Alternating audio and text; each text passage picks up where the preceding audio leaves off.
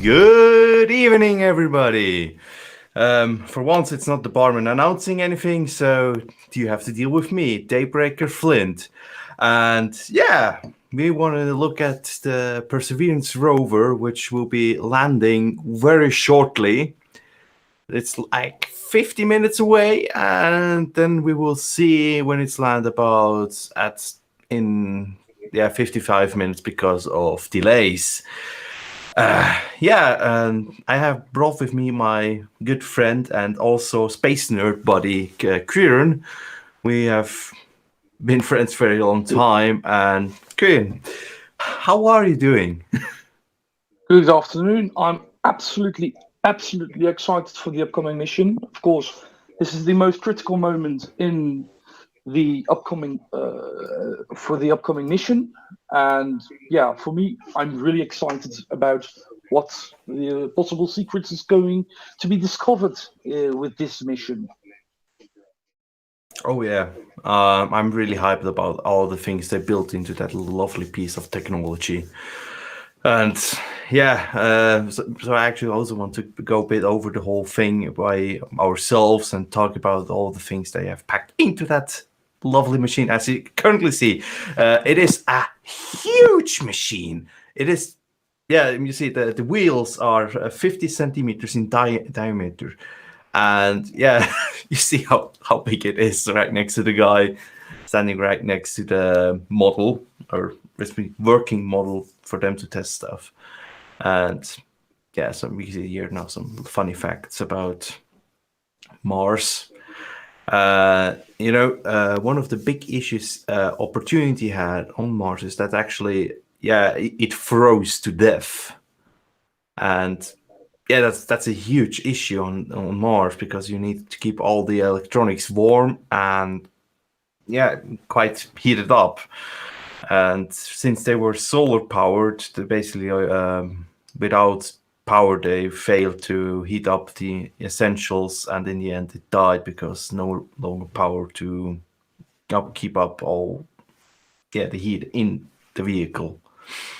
So yeah, sadly, Opportunity died, but it had a long life, much more than they expected.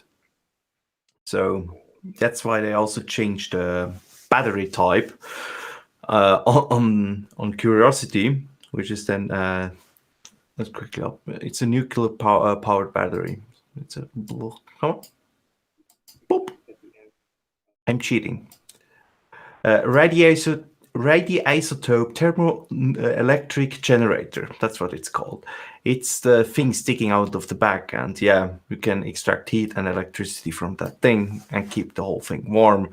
You just shouldn't touch it. So, and also we are fast going. I think a lot of people don't really realize the size or the weight of these rovers. I mean, the weight is of an average car, about 1,000 kilograms, and I think a lot of people underestimate the size of these little rovers. They aren't that little. I mean, they have to go in a rocket, obviously, but that doesn't mean that they're small. And for me personally, it's the same frame basically to say as the other rovers, but a lot more modernized. As you said, the battery is improved, and this has a lot more of little lovely goodies that the previous rovers didn't have, and absolutely wonderful little machine. I think the thing I'm most hyped about is the fact they are currently can collect core samples, and basically they have a hollow drill bit where they can extract cores, and with those they then can extract them, put them in probably the cleanest test tubes we had on Earth. They put them in there, and then they will seal them up, and hopefully they will only contain Mars and nothing else. And they also have a couple of test tubes with them, which were preloaded on Earth, so they can deduct any false. What's called? False any results contaminations, yes. Yeah, contaminations. That's what I'm looking for. Words failing me again, but who knows? I totally, absolutely love it. And one of the people said, "Yeah, well, this is the first rover that's able to poop little test tubes." It's like, oh my god, it's absolutely wonderful. And there's going to be a future mission where they're going to pick these up, bring them back to Earth. Is what's in the planning, and then we have actual samples from Mars that they're going to bring back, much like the lunar missions back in the day, where they brought lunar rocks back. Now it's going to be little tubes, and hopefully we'll find microbial life or just some proteins that are left by these microbes to finally, hopefully, answer the question: did Mars have life at some point? And for me, that is absolutely one of the main excited things for me, is the possibility of microbial or life on Mars, or the remains of that at least. Yeah, so actually I'm just fancy running through some stats, and one thing is that the processor use is like, yeah, probably you will not think that will be enough, but yeah, that is. It's just has about 2 gigabytes of flash memory, then 265 megabytes of dynamic RAM, and 265 kilobytes of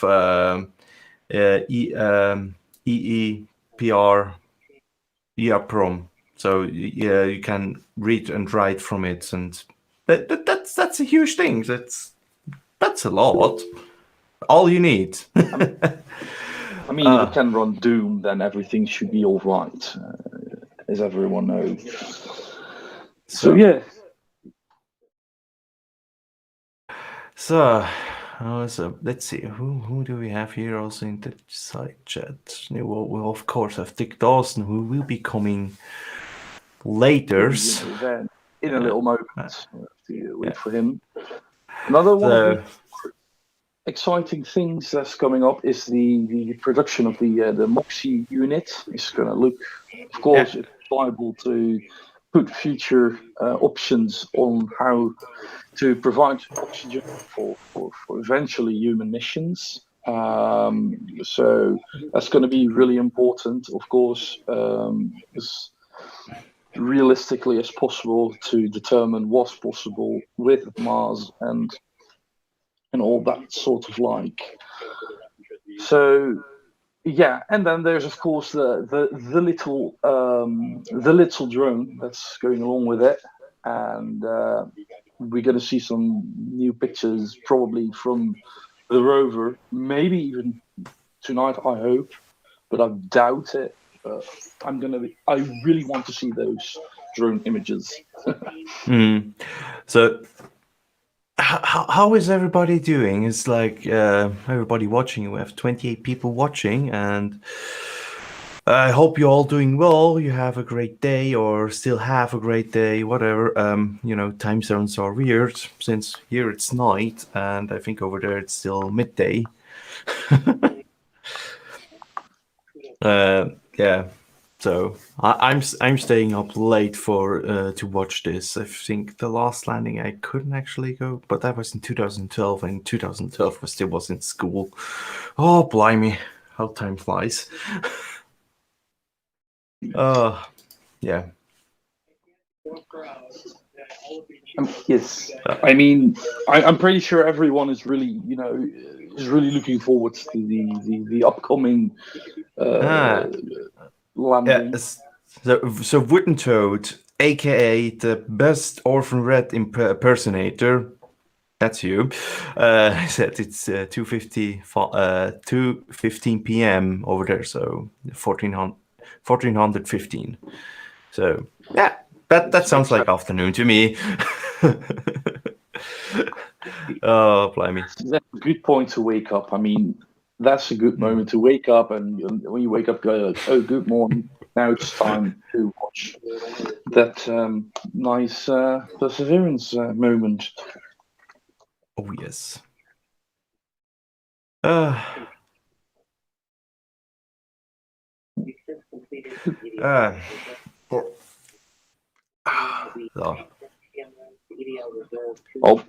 Another one of these things about the landing that has me absolutely excited is how much smaller of a footprint this landing site has compared to Curiosity. They're getting more and more precise, and you can see that there's a lot of advances in that sort of field as well. And yeah, it's getting more and more exact. I mean, we're now talking about a 7 by 7 roughly kilometer area where it's going to land. So we have to, of course, we have an area of interest where we want to have that, where we have a high probability of finding life remains. In this case, bacterial life is one of the river mouths that feeds into the crater. And since we're getting more closer and closer, we can, plan our missions much, much better ahead. Yeah. And somebody finally joined us. It's Dick Dawson. Speak up when you're ready. Unless you need to. There you are. I had a little glitch there. Something wasn't obeying my commands, but it's all good. I whipped that bitch into action, and we got it happening. How's everybody doing? I'm doing well, but yeah, as well excited, you can say. I mean, yeah. I'm feeling it, and I didn't even work on it. So, well, I wanted to direct us over to the power source directly. This whole nuclear thing now, this is very different than normal. Well, they introduced that to in Curiosity already, because Opportunity died because of no sun, and they used those power source already in, for example, Voyager 1 and 2. I thought this was a completely new updated one or something, or is that coming in a future one? I was just reading about this. Oh, I couldn't even know, because I know they used the same on Curiosity. Okay. I'm just trying to find I had a few tabs open earlier. I was checking a few. I probably got ahead of myself. Because I had something up about the helicopter, and I had something up about the 7-minute run of terror and whatnot, and just checking out a few things. It's the whole helicopter idea. This is really, really cool. It's it makes it feel a lot more modern than other ones did, because drones and everything, we're used to this, right? When are they going to get the first drone show on another planet? Is my next question. Nice little show. Winter actually has a good question. When do we get the buffer for the solar panels? Well, basically, Opportunity had a buffer, which is called the battery.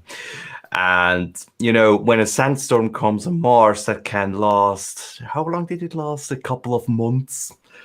And so they went down. They saved all the power, shut it down, and said, you can wake up then, just try to send a signal. And it didn't send the signal back. So, poor Opportunity, had a long lifespan. I mean, it's basically the battery ran dry, and most likely, it froze to death. Yeah, makes sense. Of course, given that the solar output on Mars is a lot lower, like here per square meter, it's like, I believe it's 1,000 watts. I'm not sure. Let me pull that one up. But Mars is a bit further away from the sun, so I believe it's like half of what we receive here in solar power. And so, when eventually winter set in, you're going to get a lot of less energy from the sun, and it's going to get cold. Yeah, it definitely limits the resource, right? Exactly. And batteries usually do not like it when they get cold. I mean, I remember that one time that I was out in the cold and I had to use my phone, and my phone just died because it was too cold. It was one of these old phones. Nokias don't like the old Nokias. They're strong, but they do not like the cold. No, it's basically any battery doesn't like the cold. You can just imagine that it's battery is a chemical reaction where There you go. actually ions travel from one pole to the other, which then gives an electron flow. And if you actually that's a fluid mostly inside, and if that fluid gets cold, the movement of said ions is very reduced, and even more. And so you're getting less and less current. So that's how you can imagine it, how it's working. So because I mean ice, not a lot of movement of atoms. So shit. Just look at something like a Tesla. They temperature control the battery pack, right? Yeah, that's for I mean, not overheating is the yeah. But there's equally an issue, and I mean, imagine running out of battery then. Doesn't stay warm. Wasn't that last year? Like there was a huge queue of people with their Teslas all going on holiday, and they're queuing up, to get powered up again at the charging stations, and people running their music and their air conditioning, and they ran out of power in the queue waiting to charge up again. I believe that was last summer or 2 summers ago. I recall seeing that. Someone putting a generator behind their Tesla. It's like, I've got electric power, plug it in, and just go and the generator behind you. Hydrogen or nuclear powered rover then. So I would go for nuclear because it's stabler. Hydrogen has a tendency to go kaboom, and you need to that's very fleeting. If there's any way it'll get out. I mean, you can build whatever storage, but hydrogen is going to go away. I mean, I know works with especially in a low pressure environment as Mars. So you have to build it as in a. I mean, you can make it liquid and you have it, but you need valves, you need etc., which is all basically screaming for issues in low pressure environments. Yeah, gas go down, go boom boom. Gas go down, go boom boom. That's basically what can happen, and that's also why they're using a simple fuel on the moon landing. So you basically just have to open a valve, the two compounds will mix and goes whoosh all out. That's just key. It's basically engineering mentality. Keep it simple, stupid. And for everybody else, the extra S is short. Well, nuclear power is really, really simple, and especially these things that have designed. I mean, nuclear power has been used in space for a long time. I mean, the first missions, to the outer solar system were used from nuclear power. It is very stable. Don't short your money. Like don't do the things like Russia did, is why they opted for the cheaper parts, or when you're in Japan and just don't put the backup in a way you can't get the backup power to the plant because it's cheaper to use a truck than a helicopter to have ready at an emergency. It's that sort of thing. So just saying some fun facts about the battery of the rover. So it has at launch it had about 110 watts energy output, declining then a few percent each year. So because nuclear decay, etc., and which then gives you just a couple of 14 years lifespan of that battery. And so I think anything also a wind turbine. Yes, we have enough atmosphere to do it, as enough in air quotes, please. But you need to design something very reliable, and that thing just gives out power. Like, so, I'm just going to do my thing and decay, and so makes it power. Well, I mean, I don't know who's seen the video of a fan in a vacuum with styrofoam balls. You do not need much air. I mean, they were near vacuum in a vacuum pump.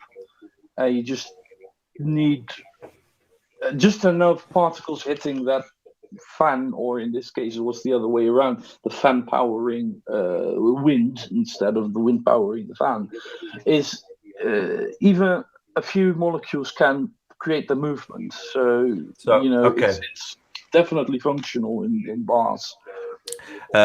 Ancinto Maldonado, I butchered that name for sure, and I'm sorry. Here, Aniceto Maldonado. Thank you very much, Steve. So I just read that up. It's about the safety part. It's like, the reactor is radiating 210 millirem, and it says here especially that an average citizen of the USA, I don't know what others receive, but only of the USA, receive 310 millirem of radiation each year from natural sources, such as radon and cosmic rays from space. So, yeah, I mean, yes, it's not nice that we're putting in the waste in there, but it's contained in the pack, so... There is no wildlife, or it's the same thing. If you're going to let the moon, it's not like nature's going to die there. It's but yes, in eventually it will, of course, still does create problems in the long run. But these amounts, it's negligible. But yes, we're putting nuclear waste up there. Going nuclear right off the town. I think that's the first good use I can think of. Elon's big rockets is just use it to fly the nuclear waste out and just get rid of the rockets at the same time. It's brilliant. Yeah, I mean, we can also use that to dispose of other garbage. You know what I mean? Yes. It's for science. We're gonna shoot Dan Pratt off in it. You mean? Yes. We can do that. We can do that. I mean, it's a psychological experiment to see how people react in an extreme environment with sketchy futures. Yeah, right. It's hint. Put a couple of webcams in there, and I pay to watch that. It's absolutely wonderful. I mean, who was it again? The stick figure comic XC. I don't remember the name, but it's basically you see a spaceship leaving Earth, and it's like, we sent flat Earth to space was the caption, and they were like, hey guys, we see it now. The Earth is not flat. You can bring us back now. Hello. I mean, that one was great. It's what Warren Toad says. It's like Elon shoots himself to Mars, forgets the poop bags. Well, I mean, he's shooting 100 people to Mars because, he can't do that. I mean, he can fit 100 people on Mars because, Elon Musk is an android. He doesn't need food. He doesn't need oxygen or oxygen recycling systems. He doesn't need all this logistics. Just plug him in after a full day in his little quarters, and he powers up again. Why you think sit in a coffin like a bog? Oh yeah. I mean, what was it? Oh yeah, he really does, and I mean, who is it again? Damn it, brains. Ray Zuckerberg. He could probably go up there too. He's probably from there, so he have good company. I think if you put them two together in a confined area, it's gonna be a reality TV series. But with all the drama when you put them together, I don't think they can. I don't think they like each other that much. But just put them together and you tape it up in a coffin, like do a little Mars experiment for a couple of months in a little dome. It's gonna go well. Oh yeah, that's surely going to be fun. So, but let's go back actually beer. There you go. I'm going to grab mine, but I'm going to save mine to toast for the success of the mission. Because Yeah, I mean, that's a pitcher which is 1 liter in size, and I just need something to drink to keep my throat nice and floaty. there we go. Here we go. Elon Musk drinking a can of WD-40, and he's not happy. Great. Well, he's already well oiled. I mean, his snaky talk is already oiled enough, so he doesn't need more of that. Let's just go back to the good missions and not the idiot missions. Yeah. So okay, let's talk more about the rover. So communications. They have UHF, high expand.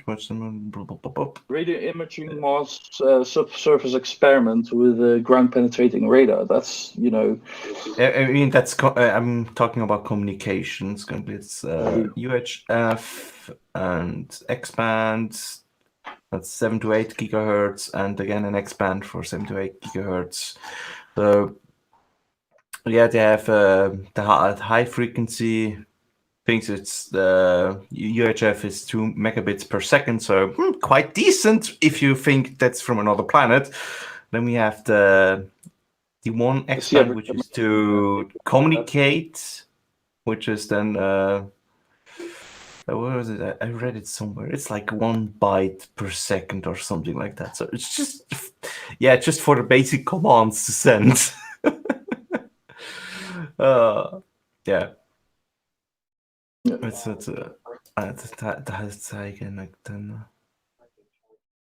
Well, I wonder how many people here put their names on that rover. I mean, I know I did, but twice actually. Twice? You think of yourself as more and go double. I mean, I did it basically like, yeah, I want to try something, as in one was actually just my actual name, the other one was my online name, so I can share the ticket with others and look like, yeah, not sharing my name because, yeah, doxing and stuff. Oh, there you go. Yeah, so I did that and also showed that in premiere of the event I do. So yeah, that's about communications. Oh, wait, let's look at the arm because that's the thing. I wonder how many people put memes in there. I mean, people are gonna read it in the future. People are gonna read it and be like, these meme names like that's James Bond. Rick Astley. You got Rick rolled. I would do that. I totally would do that. But there you go. See, someone has already listed a family. That's wonderful. Tag family on there. That's nice. Oh, that's nice. So you have yourself listed as one whole family. So just a fun fact about the arm, it is 2.1 meters long, or 7 feet for those who use retarded units. Sorry. It's not like using the two at the same time is going to get problems or anything, mixing them up on accident. It's not like something's going to crash. So yeah, it's yeah, you know that.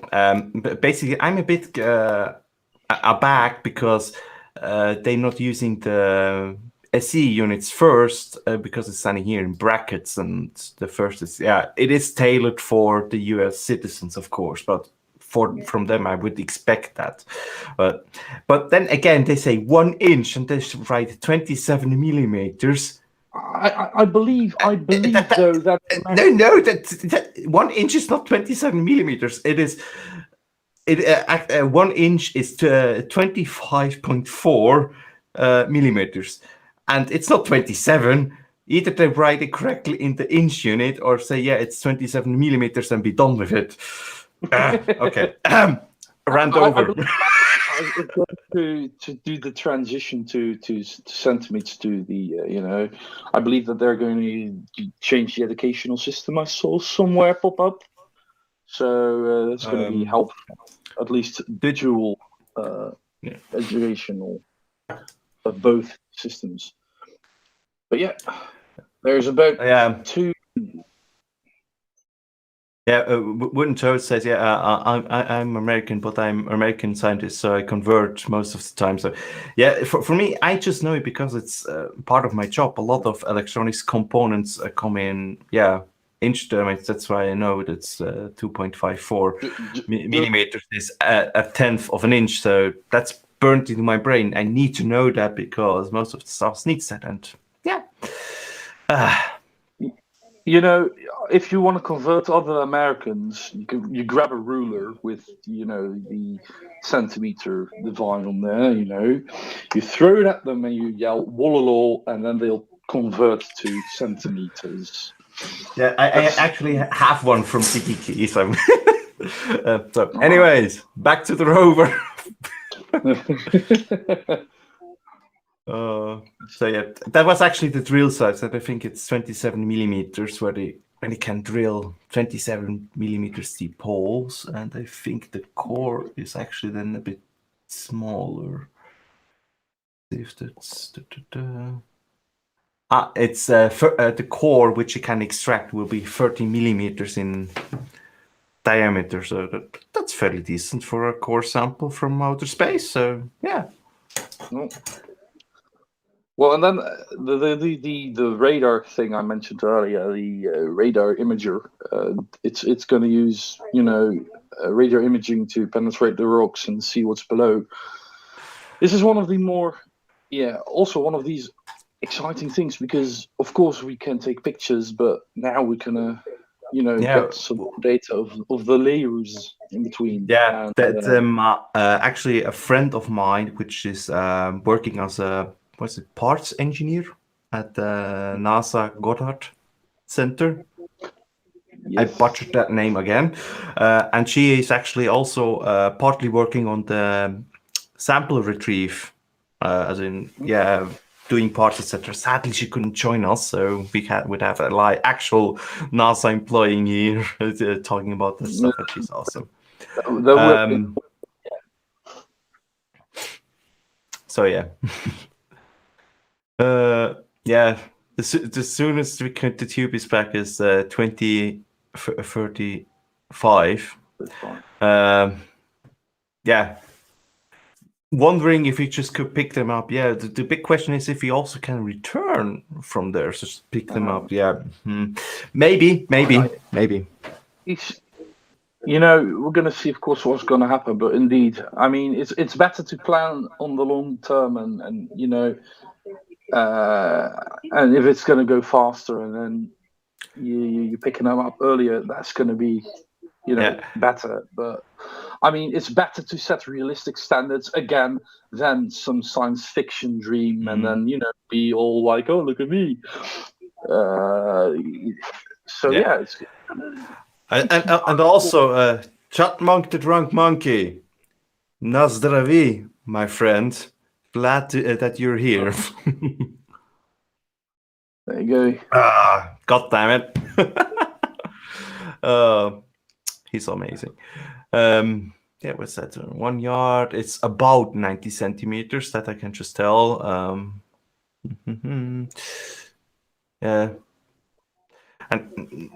And 12 inches are not about 30 centimeters. It's a good approximation, but I like my stuff correct.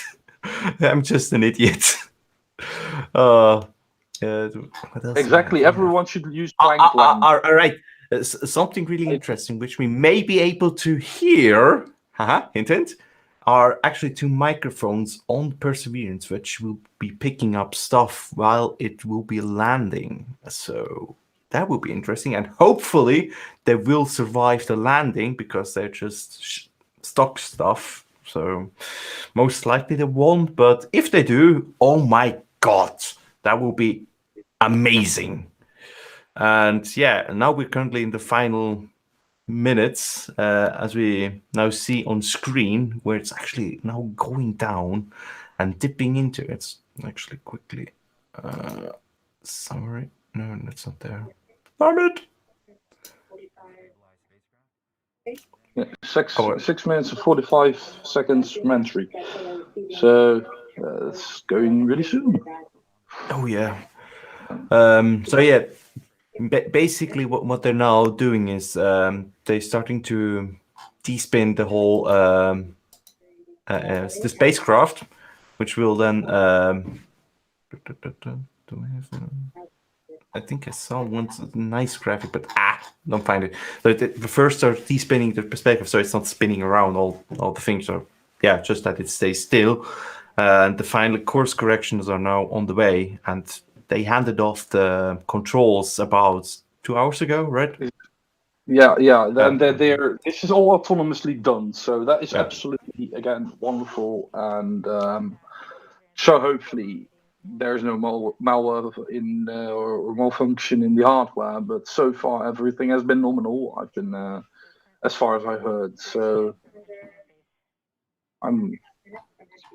but it's absolutely exciting, of course. The amount of the automations happening in the last 15 years in spacecraft. And there we have a wild seek truth, speak truth, or as he likes to be called. Yeah. Hello, buddy. Is that the reverse of? It's like. It's that a reverse of. It's seek truth, speak truth, as in speak STST. So yeah. Welcome to have your.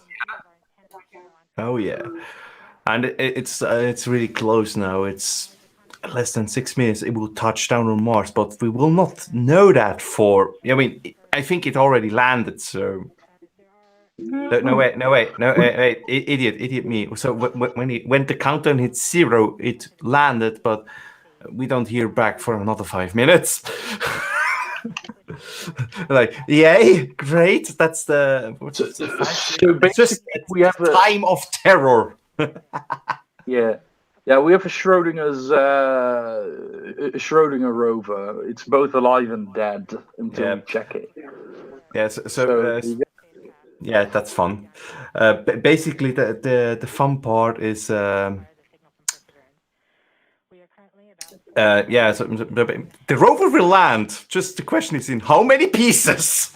So, Gismondo, would you turn up the NASA stream in volume a bit so we can what they're going on? Should be in view soon. Thank you very much.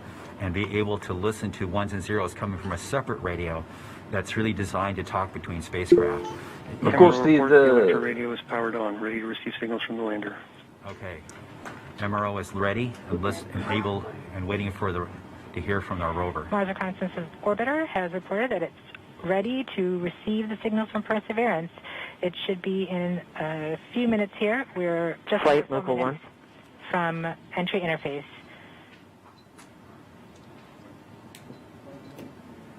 Of course, the rover is communicating with what he said, but to land safely. But we really need it for our own health and well-being today to keep our nerves under control. But around this time, a second spacecraft, Maven, should begin picking up telemetry from Perseverance and will continue to record that telemetry until several minutes post-landing.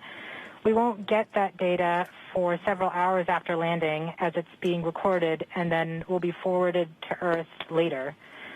We are continuing to receive heartbeat tones, indicating that everything is nominal. We're currently at about 3 minutes until entry interface.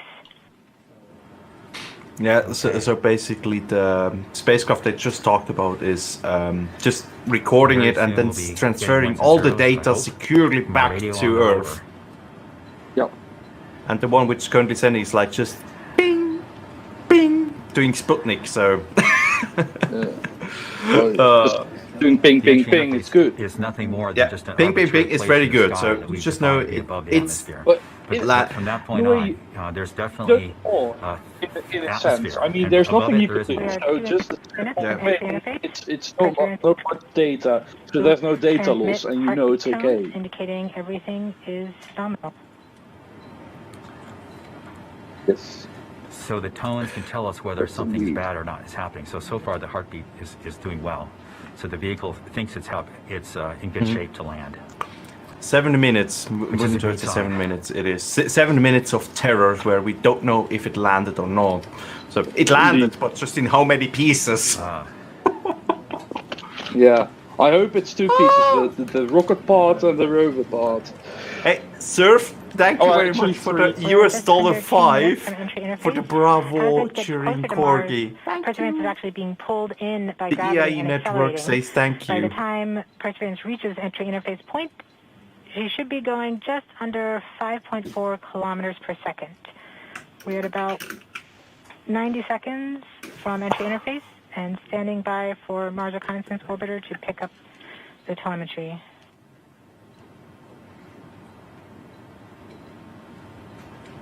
Yeah. You say it. Yada yada flat earth. Yeah. Yeah.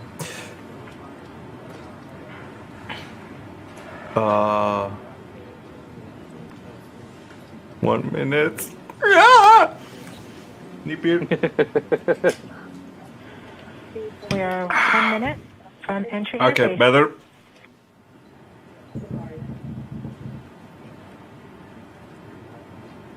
Here we go.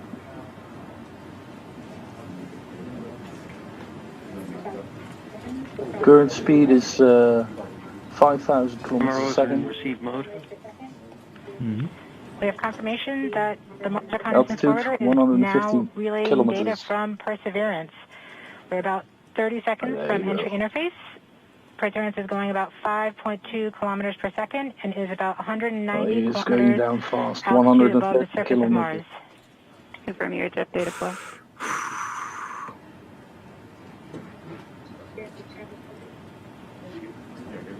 About seconds from entry interface. 5.3 kilometers per second and an altitude of about 150 kilometers from the surface of Mars. Here's 100 kilometer height, 90 kilometers.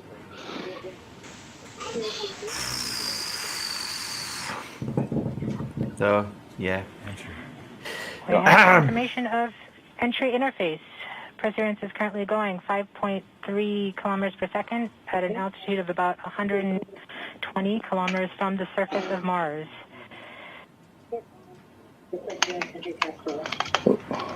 Aye. The spacecraft is now waiting until it begins feeling the atmosphere of Mars slow it down. Once there is enough atmosphere, it will start controlling its path to the landing target.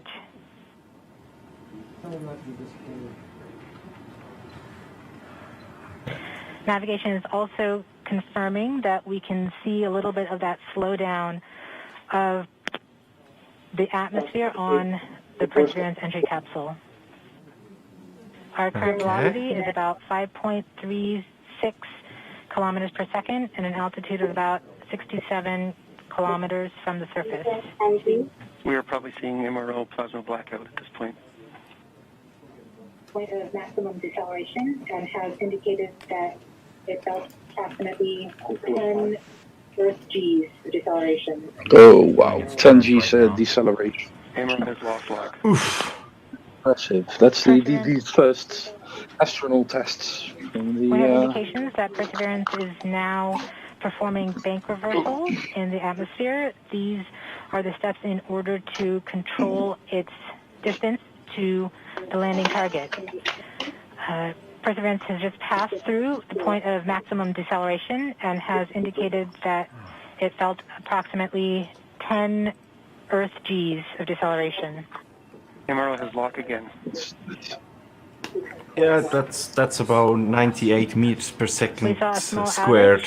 outage, of the US 98, from sorry. Reconnaissance Orbiter during that peak heating phase, likely caused by the plasma blackout. Perseverance is still continuing to perform bank reversals in the atmosphere to control its distance to the landing target.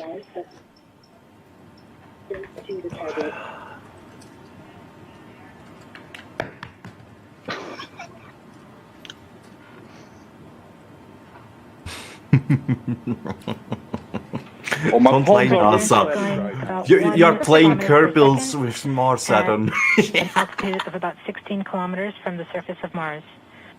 We have entered heading alignment, which means Perseverance is no longer trying to control the distance to Mars, to the target on Mars, but instead is flying straight to the target.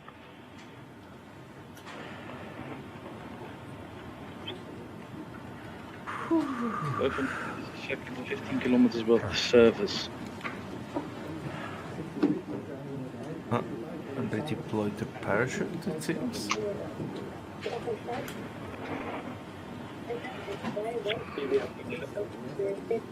Or it's about to be deployed. Or the next deployment. Our current velocity is about 550 meters per second at an altitude of about 15 kilometers. Confirmation.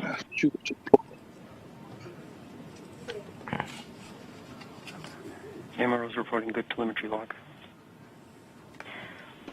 We are coming upon the straighten up. We are starting the straighten up and fly right maneuver, where the spacecraft will jettison the entry balance masses in preparation for parachute deploy and to roll over to give the radar a better look at the ground. Each shield separation.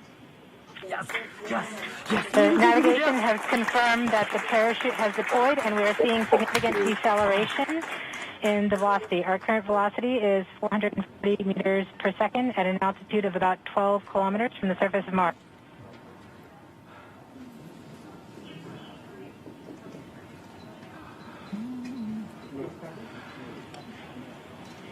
Intense. Perseverance is now slowed to subsonic speeds, and the heat shield has been separated. This allows both the radar and the cameras to get their first look at the surface. Current velocity is 145 meters per second at an altitude of about 9.5 kilometers above the surface.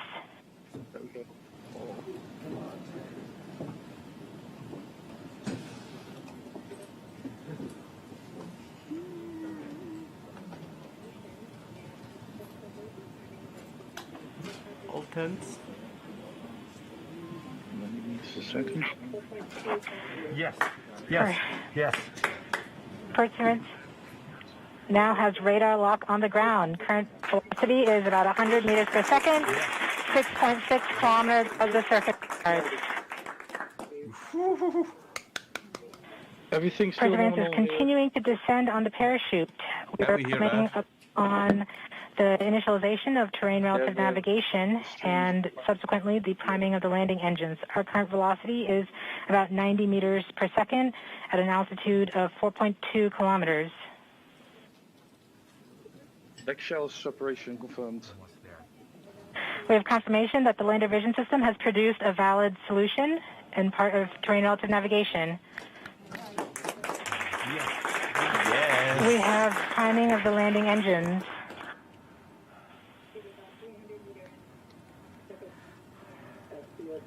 Current velocity is 83 meters per second at about 2.6 kilometers from the surface of Mars.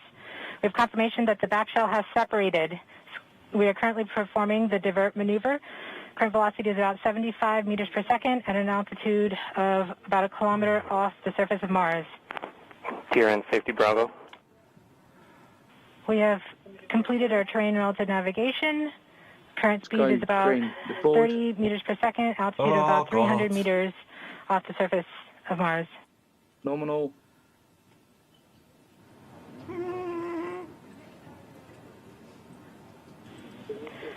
We have started our constant velocity accordion, which means we are conducting the sky crane, about to conduct the sky crane maneuver.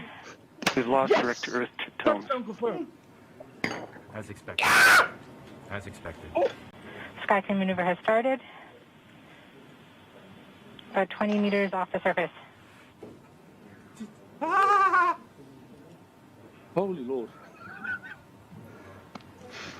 We're getting signals from MRO. UHF is good. Touchdown confirmed. Perseverance safely on the surface of Mars, ready to begin seeking the sands of past life.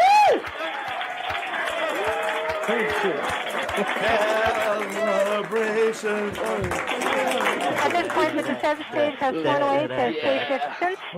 Perseverance is continuing to transmit Everybody, drink. direct through Mars upon orbiter to Earth. It's better drinking with friends, right? Okay, drink everybody. You're not alone, so there's no excuse Oh my for God. drinking alone. Oh. MRO reports they're still getting telemetry from the lander. All right, all stations. We got it. We're Touchdown there. confirmed. We're going to wait for the images. Wow. This is so exciting. The team is beside themselves. It's so surreal. Stay tuned. We might get some pictures. Great. Yeah. Woo! Yes! Oh! The water is used for celebration. Yeah. Beer has water, so... Yeah. Just So much. anything. Riding on this. I don't toast with the drink. I toast with the person. We just heard the news that Perseverance is alive on the Cheers, surface everybody. of Mars. Nastraviki, peace. Sante. Flight, we have seen the completion of EDL 3000. Copy activity. That is as expected. Oh, now I'm beyond, you know. Oh, MRO is still seeing a strong signal from the lander. Blimey.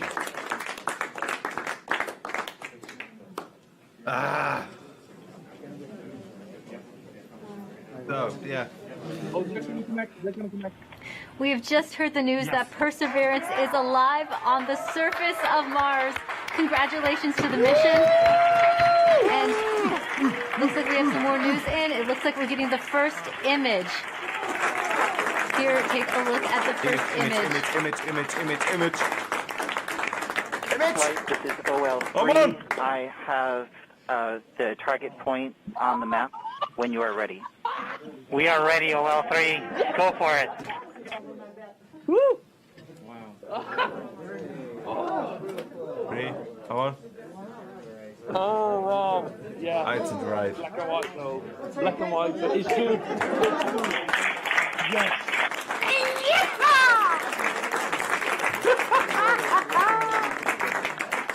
Flight, I'll be moving in, showing you the safe zone that we've landed in.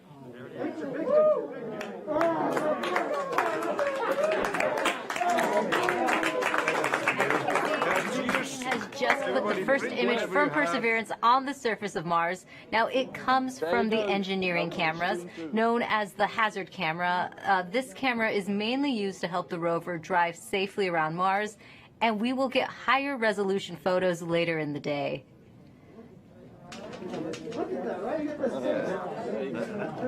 Now the good thing needs to start up and everything. Start up the leads and whatever. And blimey. Yeah, that's where engineering can get you if you plan carefully and then you get Steve? to the free. It's like, Stand by for Steve. This is awesome. yes. I mean, Those chairs are quite comfortable now. You did it. You did it. You did. You led the team. You made it happen. Congratulations, Jordan.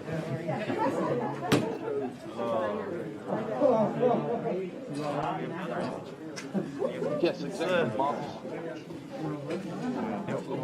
while we have that thing up, it's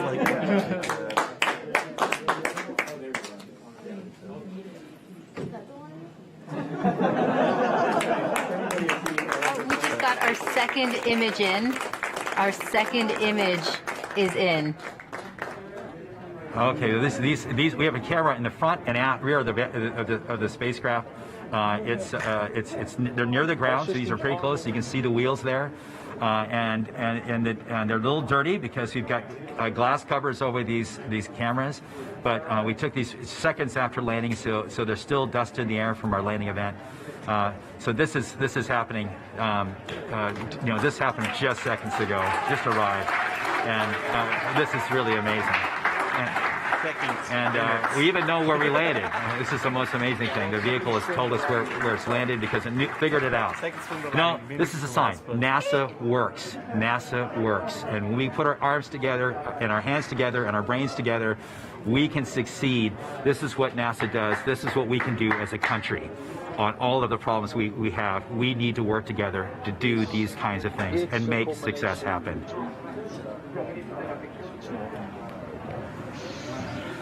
Just pointing out. Yeah. They have the control center. Joining us now is the acting administrator of NASA, Steve Jurczyk. Steve, welcome and congratulations. Hey, thank you. What an amazing day. How does it feel to have another rover on Mars? It's amazing. To have Perseverance join Curiosity on Mars. Humanity. What a just a credit to the team. I mean, just what an amazing team to work through all the adversity that goes and all the challenges that go with landing a rover on Mars, plus the challenges of COVID and just an amazing accomplishment. Yeah, Americans. And what does this mean for NASA and its future plans? So for robotic exploration, every time we execute a mission with new instruments, we discover new things and things we never thought we would discover. So that always informs our future robotic missions, both landers, rovers, and orbiters. This mission also has technology on it. One of the cool things is the Ingenuity helicopter. It's an experiment on this mission, but if it's successful, we can use it as an science observation platform by putting instruments on it, and also use it as a scout for future rover missions, and then just the entry, set, and landing capability. It'll allow us to land more larger, more ambitious robots on the surface of Mars, and then for human exploration. We have the Mars Entry, Set, and Landing Instrumentation, which is going to give us EDL information. We have the Mars Environmental Dynamics Analyzer. It's going to give us properties, size and properties of dust particles, because when we send people, we're going to have to deal with that dust. This is just an incredible mission because of the science and the technology. And Geez, could you turn down the volume of the stream a little bit? So, yeah. Thanks. And Quinn, you the same in the background, so we don't hear that twice, as in background noise. I'm sorry. No problem. That's just I hear it on my headphones. It's like You have good headphones too. There you go. Yeah. Now my nose is itchy. Great. Well, more beer. That's the stress getting out. Yeah. Science runs on beer. So there you have it. We have finally landed, and everything went well. And NASA crew doing all the selfies right now on the stream. Absolutely lovely. Yeah, they were there. Yeah, just saying that it has the Perseverance rover has 23 cameras in total, 9 engineering cameras, 7 science cameras, and 7 entry, descent, and landing cameras. So there's like one is on the on the top of the back shell for monitoring the parachute. Then we have the one of the sky crane, which is just to look down. And then we have a couple of more, of course, on the rover for to look up in the sky from the rover, microphones, and then we have look down cameras as well. So yeah, just for that. Sorry. No problem. Happens to the best of us. Quite fitting, actually. You blew it.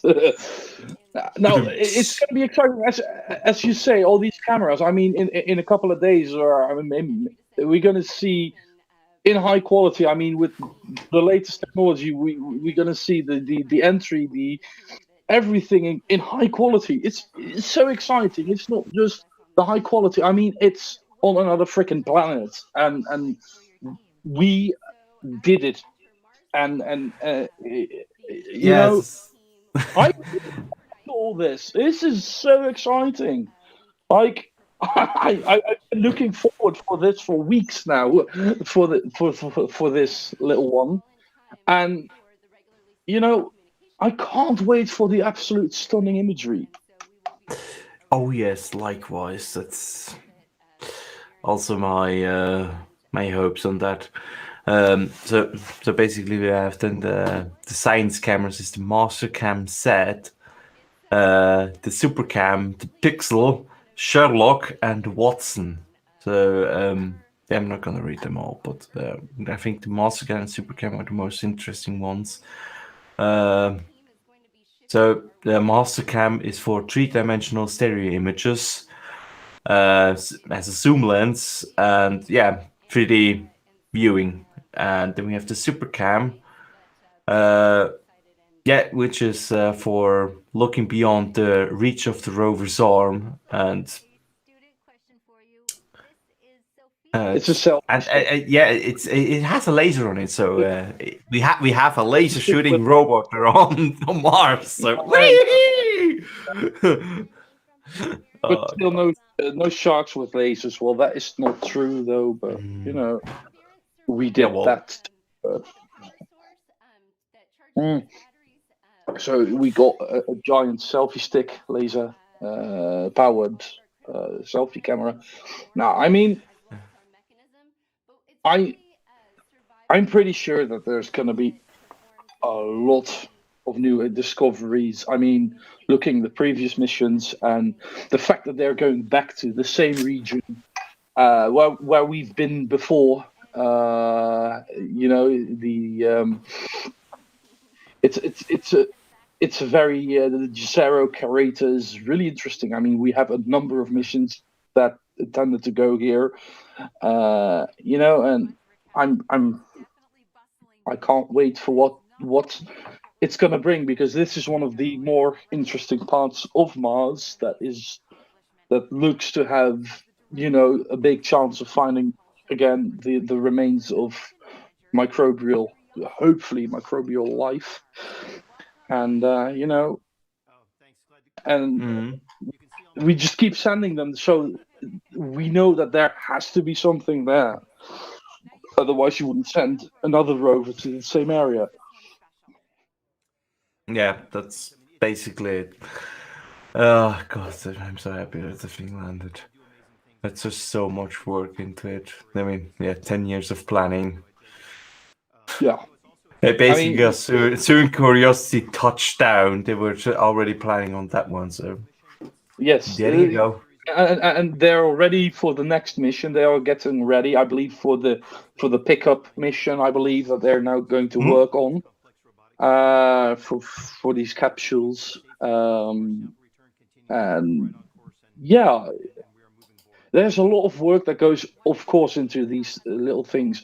I mean, looking at the life expectancy of these robots or of these rovers, they've been going over and beyond, and they've been running them for longer than they've expected them to. Which, you know, if you think of it, in these harsh conditions, it's insane, and still we have our cars that break down like that. Yeah, it's the amount of planning is astronomical,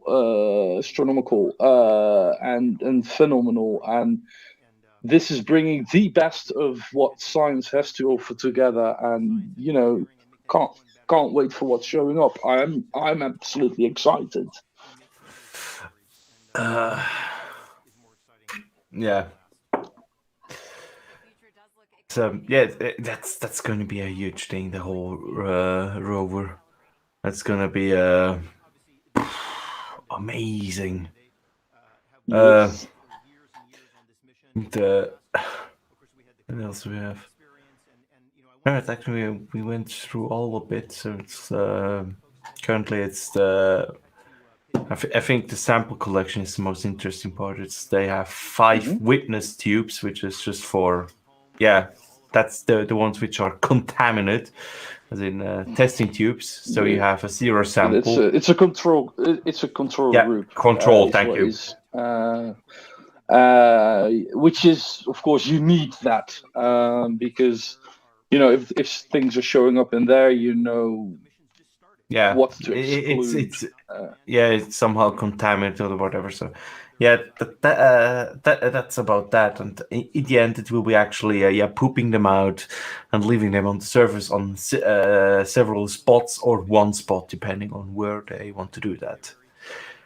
I mean, just to put Perseverance in context here, the cost has run into the framed cost of this mission is around $2.7 billion.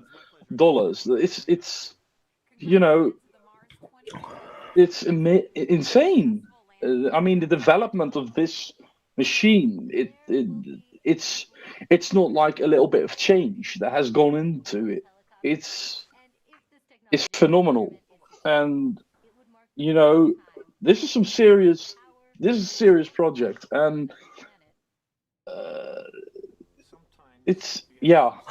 this is so cool. Like,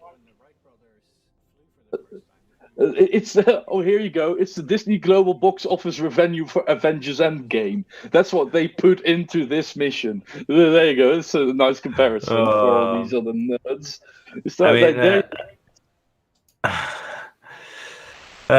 God, ugly Germans. True. It's just put a really good point. But my answer to that is like, they mostly all just cry. The moon landings were fake. Yeah, okay, fine. If you say that, so then take the stuff from the 1960s and go film it yourself. If you can reproduce it, then go ahead. If they can't, it's like, oh, did it hurt your feelings? Yes. That to fake the moon landing would have been more expensive than doing the actual moon landing. Yeah, actually, a good joke is they hired Kubrick to fake the moon landing, but he insisted to film it on site. So I think, Mr. Sensible actually has a really good point on how the moon landings were not fake because of the buggy. And the buggy actually was driving around, and the ejection plume of the dust. And it doesn't look like that on Earth. So good luck with that. But I mean, of course, a lot of this also has to do with all the mental loops these people create up to feel superior or whatever, or are genuinely concerned, and they make these brain loops to justify what they see. And it's like when the guy was measuring the curvature of the Earth with his tools, and he's like, oh yeah, what I'm measuring here is because of the oxygen bending the light. It's just like, no, you're measuring the curvature. And he's like, no, oxygen does that. I mean, they're just creating all these things to prove it to themselves, which I think, if you would have that amount of brain power, use it to write a nice novel book. Need Ugly German too, so also put it again, very good. Even if you could make it work with all the technology using and recreating the rover videos, the moon landing videos. You then just prove it. They could have faked it, but not that they have faked it. So, so it's like you make up stuff like it just hurts my brain too much, and I'm actually. I tell that everybody who is actually interviewing me, my goal is to actually reach space. I'm aiming for the stars. I want to that something I created is up in space. That's my goal. Yeah. My final goal. That something of myself, even if it's just a tiny little speck of dust, which I can say, yeah, that's my stuff, which I created. That's what I put up in space. But in a way, we did it because we all submitted, or at least I think everyone in here who's watching the stream, I think every single one of us has put our name in, which they etched with a particle accelerator, I believe, on the rover. So it's physically there. So already there is something of us on Mars in a way, which already to me is exciting. But as you say, I would like to make something and bring it up to space, and if I ever get the chance that I myself get into space, I'll bring a unicorn suit, because I think unicorns should be in space. Oh yeah. Yeah. Obla. That's a beer. But I think Cheesemondo is actually quite good with asking for how is everybody feeling. I'm freaking excited about the whole thing that we actually have yet another rover on Mars with the other rover still going, which is a Curiosity, and our Insight currently is on power saving mode because it is solar powered. So yeah, that's about that. But it still has a good lifespan considering it. Yeah, but I love that one solution I had with Insight. Just hit it with a hammer, basically. Acoustic repairs, it's acoustic fixing things. It's the best way. If you can't fix it acoustically, it's not broken to begin with. Oh yes, blimey, that was something someone really wants to see a lot of fail going on. My opinion on the Starship, it's basically a fancy grain silo with a flamethrower attached on it. No. You pronounce it incorrectly. It is called Boom Ship because I think it's a grain silo with a fancy flamethrower. Look at me. I've got an expensive flamethrower. Vanity projects. Yeah, I mean,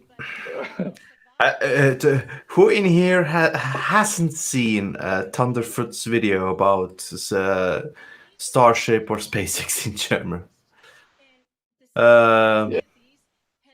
I mean, I would have to look up when the next Starship I'm not launch would be. I'm not gonna lie. What SpaceX did with the reusability of the rocket. I mean, they're not the first one to reuse it. That was NASA with both the space shuttle and the first stage rocket. But what they did, they combined a couple of already existing technologies. But what they did was genuinely groundbreaking. But what they're now doing is pretty much milking the cow. And sure, they brought competition back into the space, space game. Which I think it's legitimate, but it's a lot of vanity in there, and which is really sad because it's a waste of money. This money can be legitimately used to push people to the stars. I mean, if you have that budget and use it on serious projects and not on a vanity project that already is being busted by backyard scientists, Yeah, I mean, I think I can agree to what was it? Ugly German Truths. I don't know either when they're going to launch another fancy grain silo with a flamethrower. So we will see, and so I think who was it again? somebody said, we are going to have robots wars on on Mars, and Perseverance is the entry of the USA. So we will see what ESA and whatever will bring up. Oh, blimey!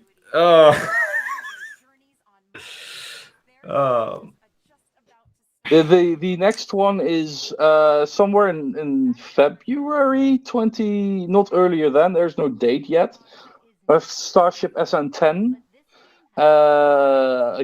and they're going to do a high altitude test. But I'm looking at the outcomes. It's success, and then there's destroyed on landings, 2 of them. I mean, what were they going to plan? They're going to plan a lot of engines, right, on the bottom of them. A lot of Raptor engines, I believe, right? About 42 of them or something like that. They're going to put a bunch of them.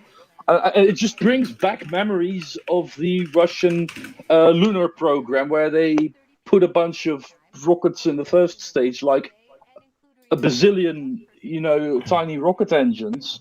And this thing kept on exploding because it was so complex that it shook itself apart every time. The N1, I believe it was the N1 is his name, the Russian lunar rocket.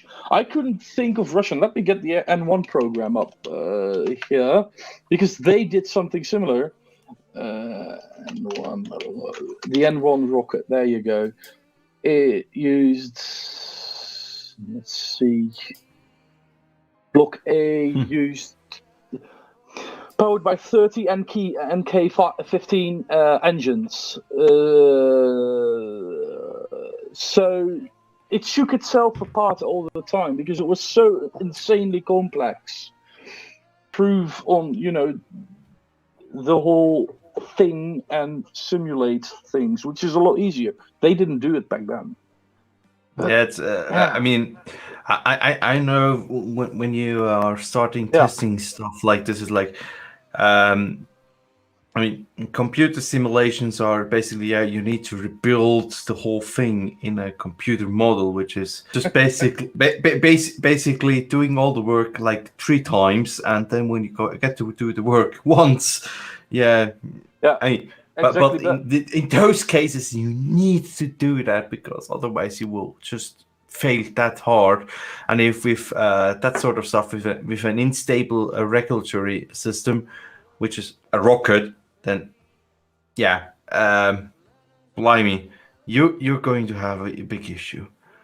But it's just, I think you asked about the city-to-city transport about the Starship. It's like, I mean, Thunderfoot actually has a valid point on all of the things and how it is designed, how it is looking like, whatever. But I been thinking through it, and I had to do all the maths. But I mean, I wish that there will be something. I really wish that they advance with something amazing which will come out of this, but currently it's not looking like that. Pioneers always have a difficulty. And I have to say, I don't see it right now, but if it does, blimey, that it's gonna be amazing. Fights eventually, especially if you're talking about months and months on board of a ship where you're all stuffed together like that. I mean, what was it? Mars 500 was the mission, so if you're ever gonna send humans into just to Mars, I mean, they all had schedules on that mission, which was Earth-based, and basically after all the time, no one on that mission wanted to talk to each other. So yay. That's a big issue. That's a big issue. The human factor of I mean, on the ISS, all the astronauts are basically they get exchanged every so often, and also they are kept on a tight schedule. And when they get some free time, they I think they're mostly on their own. But also when they can do stuff on themselves, it's like it's just like just being myself. But oh my god, it's just like Yeah. Yeah.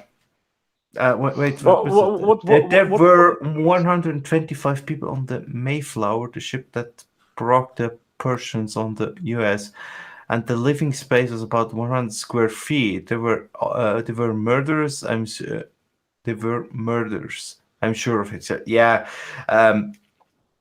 That's basically what's gonna happen if you have something like that. But yeah, I see the stream ended from NASA. So I think we can wrap it up here because the stream ended. Or we could replay something. I'm not sure. No, I mean we've been going for an hour and a half. I think that's good for it. Oh my god! But that was plainly amazing, and I think I want to wrap it up here. And I want to thank Gismondo for helping me produce that stuff, so I didn't have to worry about anything. Blimey, you're amazing, and you deserve every right to call yourself a genius, because I would have failed so hard doing all that stuff. That's really kind. Thank you. This has been a lot of fun. Thank you so much. Yeah. Thanks for hosting us. I mean, I had a blast with being with this stream. I hope everyone had a blast as well. Yeah. Yeah, and I hope you like that sort of stuff, because me and my friend are actually really geeky, as you may have noticed. And if you would like to, once again, me doing some kind of thing like that, then just give me a you can write me on Discord, Twitter, whatever. So, and just poke the dragon. Yeah, but just poke the dragon's tail. I'm sure I won't bite, but hey, thank you everybody for watching, enjoying it, poking questions and whatever. So I really want to do that again, and it was really fun doing that. Yes. Oh yeah, and pop chat. That's coming up in, what was it? 2 hours, 2.5 hours, I think, if I remember correctly. Where we are going to, where they are again the normal people. Oh, wait, it's 3.5 hours. In 3.5 hours there will be pub chat. So everybody who's interested in that, go check it out. Links and stuff in the description. What else do we have? Oh yeah. Yeah, thanks for the EiE Network for letting me do that stuff on the channel. And I really enjoyed doing it. Absolutely. Yes, yeah. I loved it. And it was, I was excited to be on as well. A bit of a surprise, but I absolutely had a good time here. And again, thanks for the effort and all the energy you guys put in this chat for the EiE network and everything. Absolutely wonderful. It's just because of that, I'm just gonna have to do it. Old Dick Dawson had a stream. E-I-E-I-O. Oh no. That's gonna stick into your all ears. Oh no. Okay. Thank you everybody for watching, and see you around. Your Commander Flint out. Good night.